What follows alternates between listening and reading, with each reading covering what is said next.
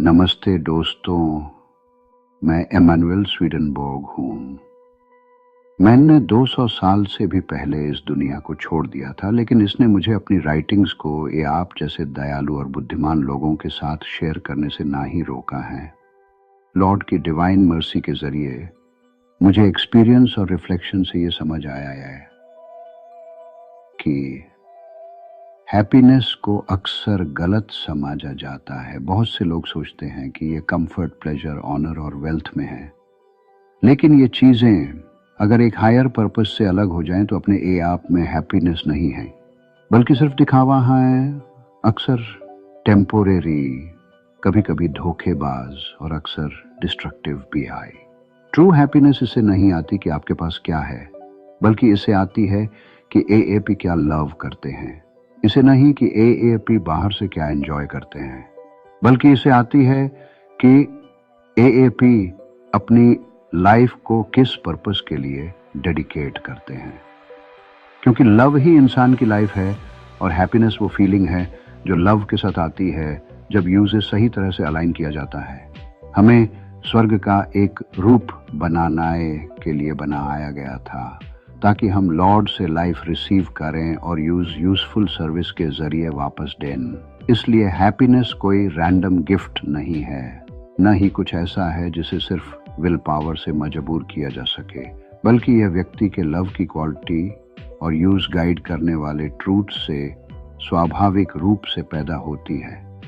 इसलिए happiness wisdom से इनएक्सट्रिकेबली linked है और विजडम अच्छे कामों की लाइफ से लिंक्ड है।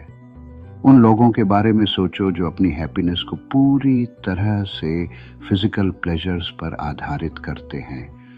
उनकी खुशी एक पल के लिए जलती है, लेकिन फिर जल्दी बुझ जाती है, एक खालीपन या एक जलती हुई इच्छा छोड़ जाती है। उन लोगों के बारे में सोचो जो वेल्थ या ऑनर में हैप्पीनेस ढूंढते हैं।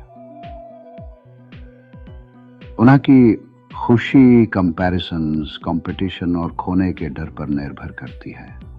ये खुशी बाहरी, कैजुअल और फ्रेजाइल होती है।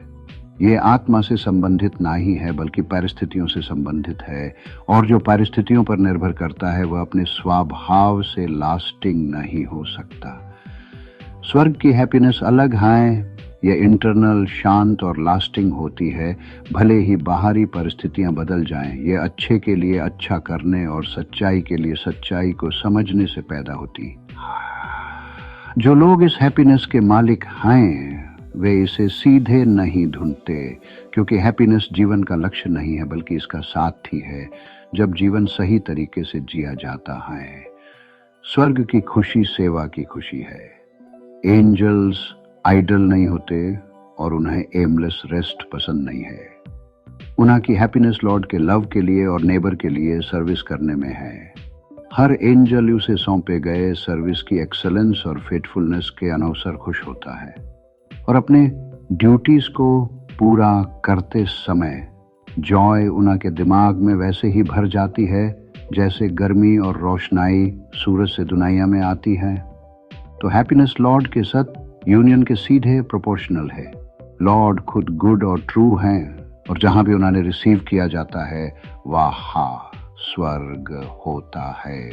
जब इंसान डिवाइन ऑर्डर के अनुसार जीता है, इविल को सिन के रूप में पहचानाता और रिजेक्ट करता है, और लॉर्ड के कमांड पर गुड करता है, तो स्वर्ग यस में एंटर करना शुरू कर देता है, जब वह अभी भी दुनिया में होता है।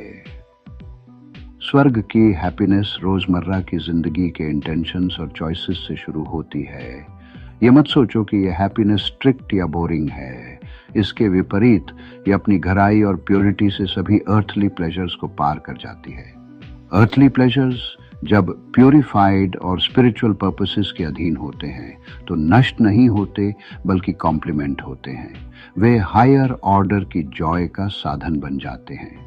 तो अगर आप ट्रू हैप्पीनेस ढूंढ रहे हैं तो अपनी परिस्थितियों को मत देखो, बल्कि अपने लव को देखो। ये मत देखो कि ये आप ही जीवन से क्या लेते हो, बल्कि यह देखो कि ये आप ही इसमें क्या कंट्रीब्यूट करते हो। ये मत पूछो मुझे क्या खुश करेगा, बल्कि यह पूछो मुझे कौन सा गुड करने के लिए बुलाया गया है।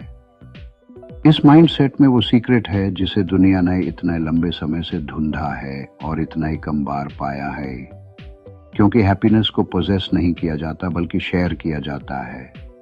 इसे मजबूर नहीं किया जाता बल्कि रिसीव किया जाता है, और इसे तभी रिसीव किया जा सकता है जब कोई डिवाइन पर्पस के साथ अलाइंड हो, यानी लव और विजडम सभी की सेवा में फल दे सकें।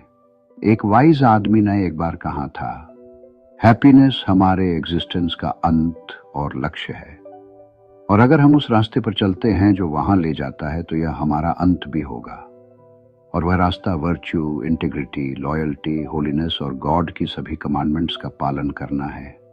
नोट: मैंने स्वीडनबोर्ग नेटलिफाई .ऐप पर अपनी खुद की वेबसाइट बनाई है।